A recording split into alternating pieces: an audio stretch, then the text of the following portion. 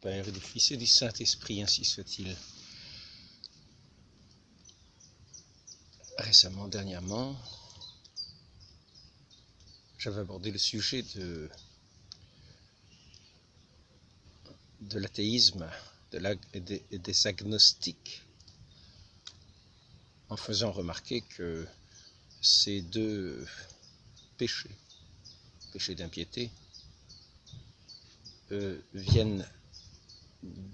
d'un fond d'idolâtrie qui ne veut pas s'avouer. Il nous faut savoir que la connaissance de notre Dieu est une connaissance qui est en même temps un échange, une adoration, un échange, un don que l'on reçoit, et la reconnaissance d'un amour véritablement vivant envers un Dieu qui est la vie elle-même, qui est en elle-même, à la fois dans ses personnes, dans chacune de ces personnes, un Dieu, un seul Dieu, Dieu dans son essence. Et en même temps, cet échange de personnes qui est l'amour. Dieu est amour. Et nous-mêmes, dans notre connaissance de Dieu, nous entrons dans ce mouvement de cet amour. Nous entrons dans ce mystère de ce Dieu d'amour infini auquel il nous fait participer, parce que nous entrons par la connaissance de lui-même dans le visage contemplé du Christ, qui nous est donné d'être contemplé par la grâce de l'Esprit Saint d'amour. Cet esprit de vérité qui nous conduit à la vérité, qui nous fait entrer dans ce mystère de l'amour, et qui est loin d'être l'idolâtrie, qui concerne celui qui est la source de l'amour, qui est l'amour lui-même. Dans la vérité,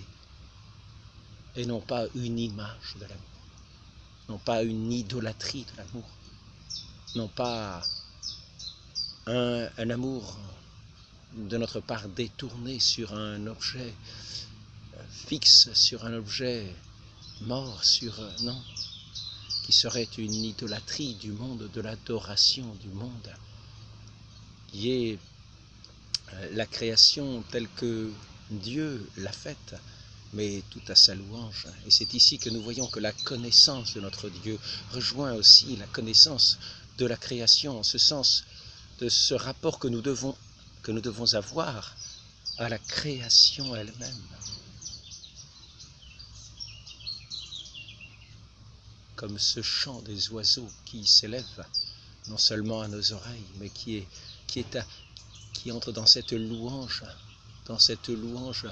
ici-bas de ce que nous devons être nous-mêmes, une louange à Dieu.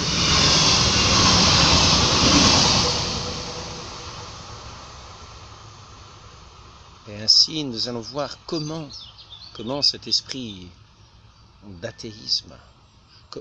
comment cet agnosticisme, qui est finalement à la fois l'orgueil de la chair, l'idolâtrie de la chair, l'idolâtrie du monde, l'idolâtrie de soi-même,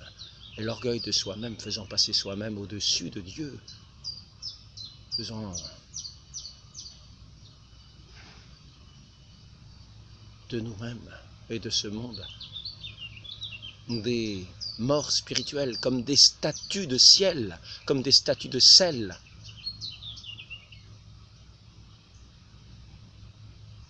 Quand nous nous détournons du commandement divin pour regarder les œuvres de la création, qui sont des œuvres de mort, quand elles sont détournées de Dieu, quand elles sont détournées de leur auteur, quand elles sont détournées de celui qui est la source de la vie. Ainsi, nous allons voir l'origine de ce péché radical que nous connaissons déjà, puisque cette origine n'est autre que l'origine du péché inscrite dans ce péché originel, Et même avant ce péché originel, ce détournement de cet ange maléfique, de cet ange qui était dans cette course céleste comme le plus brillant des anges, le plus beau des anges, celui qui était le porteur de lumière, Lucifer, et qui, prenant orgueil de lui-même, se détourne de son Dieu, voyant le projet de Dieu pour l'humanité sur l'humanité, ce projet de Dieu vers l'humanité et qui est révélé à l'archange, à cet archange de lumière, Saint Lucifer, qui n'est pas saint, qui est justement subissant cette épreuve en entrant dans cette connaissance de ce projet, faire de l'homme cet être privilégié à l'égal des anges et même plus haut que les anges, puisque Dieu lui-même devait s'incarner dans la nature humaine, dans notre nature humaine, pour la faire entrer dans cette participation à cette vie divine qui nous est donnée par le Saint-Esprit.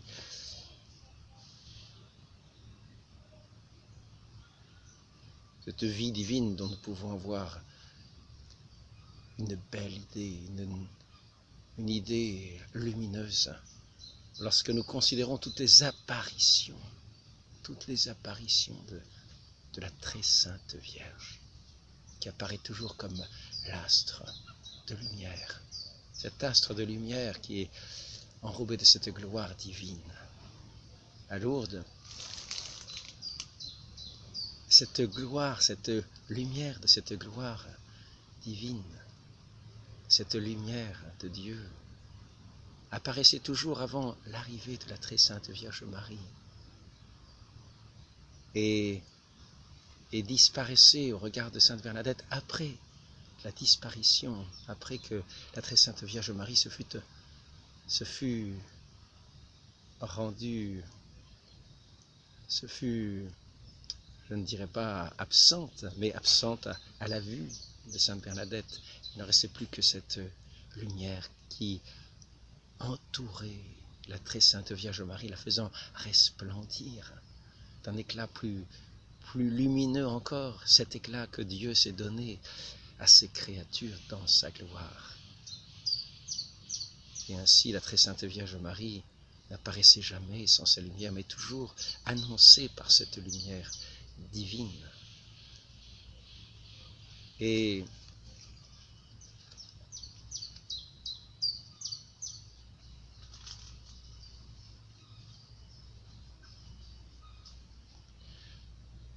à la création,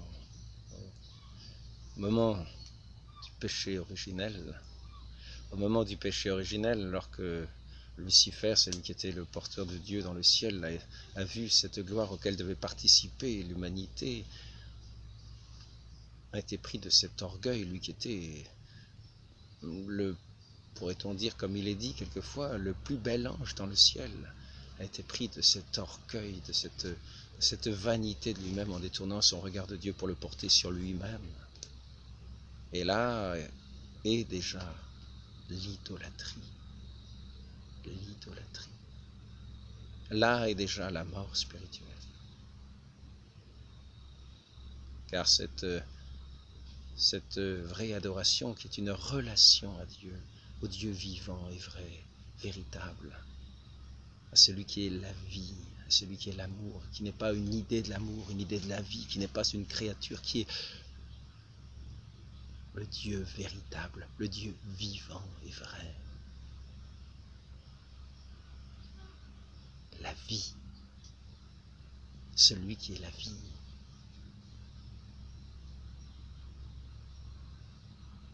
Ces trois personnes divines, Dieu le Père, la vie, Dieu le Fils et la vie, Dieu le Saint-Esprit et la vie.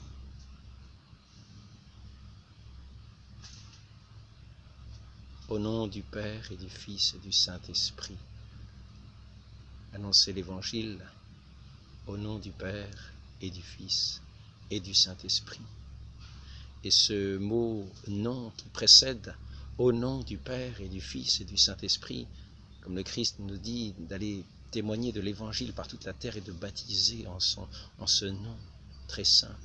au nom du Père et du Fils et du Saint-Esprit. Ce nom n'a pas d'S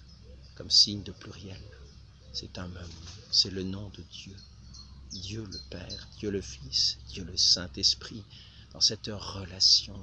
de cet amour, de cet échange incessant, de cette vie, de celui qui est la vie, qui n'est pas une idée, qui n'est pas une image.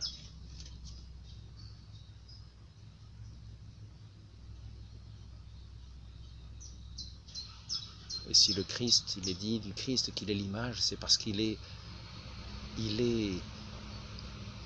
lui-même la vie. Et que nous le contemplons, mais nous contemplons celui qui est la vie. Et ainsi, lorsque cet ange se détourne de son Dieu, c'est-à-dire de ce rapport de l'unique adorable, de l'unique vivant, de l'unique vrai, qui nous établit dans ce lien d'amour, dans cette relation d'amour. C'est pour tomber dans l'idolâtrie de soi-même et l'idolâtrie de la créature et du monde, qui se met au-dessus de Dieu, dans le mépris de Dieu. Et c'est là le premier acte de l'idolâtrie. Et qui va entraîner ensuite ce qui sera considéré l'erreur sur la divinité, c'est-à-dire les fausses religions. Les fausses religions seront toujours une adoration du monde, une adoration de soi-même, et sera toujours le mensonge. Ce mensonge dès l'origine, et même avant l'origine de l'homme. Dès le ciel, d'où Satan est nécessairement vaincu et rejeté, lui qui n'est pas Dieu, et qui entraîne à sa suite cette cohorte d'adorateurs, cette cohorte des anges adorateurs qui entrent dans sa rébellion et dans cette idolâtrie infernale. Et ils chutent sur cette terre, et là vont faire leurs méfaits sur cette terre, entraînant les hommes eux-mêmes dans la rébellion par ce premier péché originel, cette ruse sournoise, ce maléfice, par ce mensonge séducteur de ces esprits intelligents, clairvoyants, plus que ces hommes entourés de cette chair qui leur est comme une opacité ici-bas, comme une lourdeur, qui ne l'était pas d'ailleurs à l'origine, qui était sans lourdeur, qui était sans douleur, qui était sans souffrance. Cette souffrance qui est la suite du péché originel, cette obscurité de l'esprit, cet enténèbrement des esprits qui est la suite du péché originel, cette mort de l'âme qui est la suite du péché originel. Et ainsi, cet ange séducteur va corrompre cette relation que les enfants de Dieu, Adam et Ève, avaient vis-à-vis de leur Dieu. Cette relation, de cet amour, cette sagesse qu'ils avaient.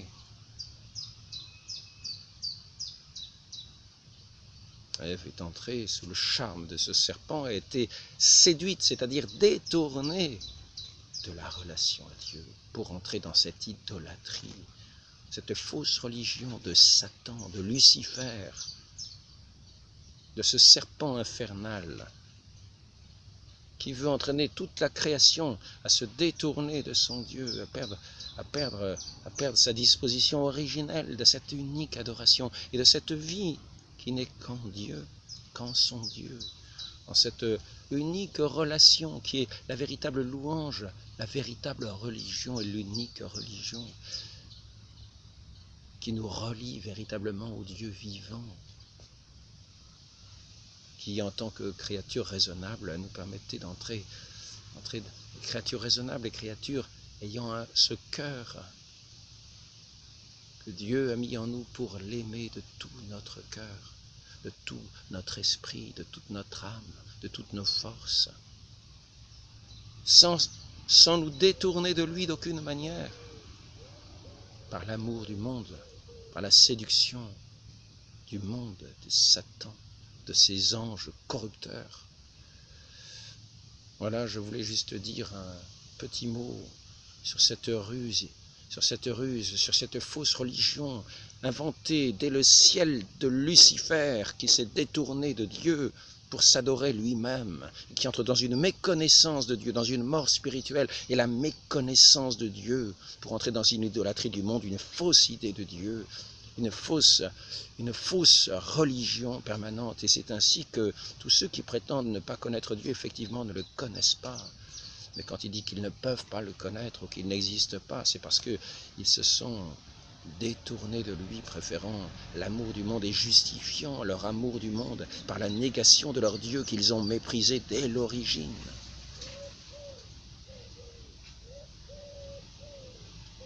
C'est ainsi que l'athéisme trouve sa source dans ce péché originel des anges,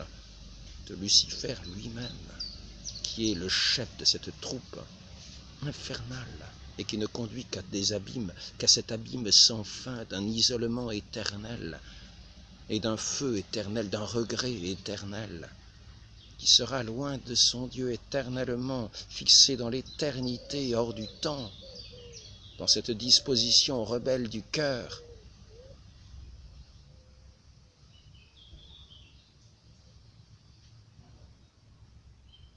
Voilà donc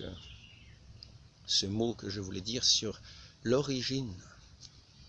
de ce qui est appelé agnosticisme, qui part d'une fausse idée de Dieu,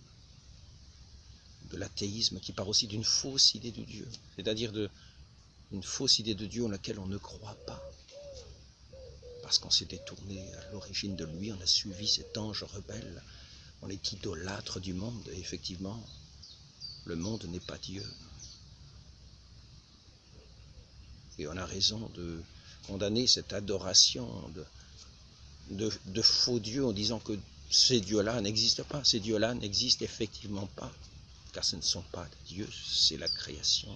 Des créations de l'imagination, des créations de la pensée, des créations, la création elle-même de Dieu, qui n'est pas faite pour être adorée, qui est faite pour la gloire de Dieu.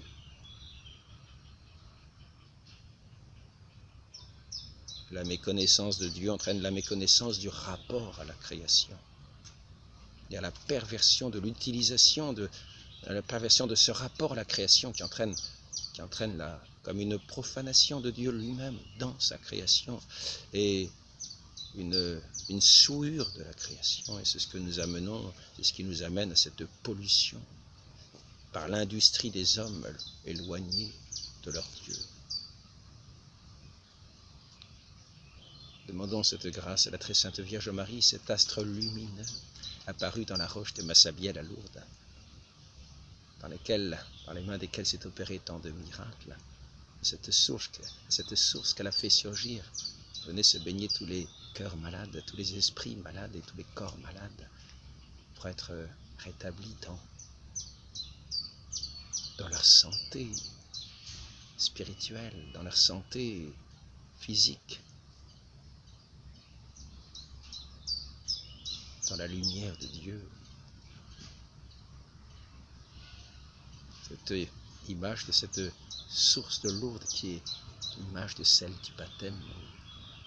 Nous renonçons à l'idolâtrie du monde et entrons dans cette foi qui est cette relation à notre Dieu, cette relation vivante à notre Dieu, ce don de Dieu qui nous permet d'entrer dans son amour en contemplant le visage du Christ qui est le Dieu vivant et vrai, dans la relation éternelle à son Père, dans le mouvement du Saint-Esprit, l'amour du Saint-Esprit. Demandons à la très sainte Vierge Marie de demeurer toujours nous aussi, en renonçant à Satan, à Lucifer, à ses anges rebelles, par la grâce de cette lumière si pure de la très sainte Vierge Marie, de toutes les grâces dont elle souhaite combler,